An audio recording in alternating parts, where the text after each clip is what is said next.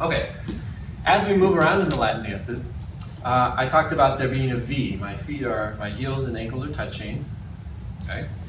And this kind of creates like a V. And I'm always gonna try to keep my head and my spine within that V, okay? So as soon as I go past the V, there goes my balance as well. Okay, so the toes have the strength and the control in our feet. Okay, the heels don't so much. So if we're falling out of our V here, then we're going to lose our balance that way.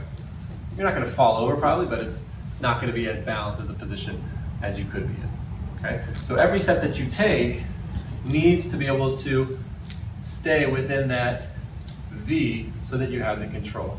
Okay, if your step's too little, you could push your own self past your V and you knock your own self off your own V. Okay, so we have to find the sweet spot.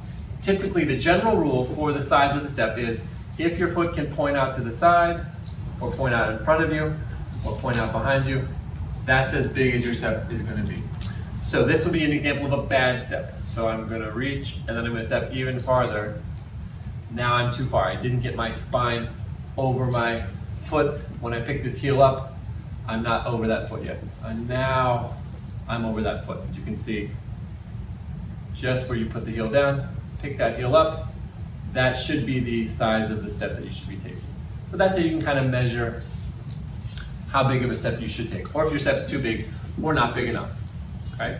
Now, if you're a lady watching this, the higher your heels are, the less surface area you're going to have on your feet. So the less you're going to be able to have to touch the ground with. So your step is going to be smaller. So I'm wearing, I think these are 1.5 inch Cuban man heels.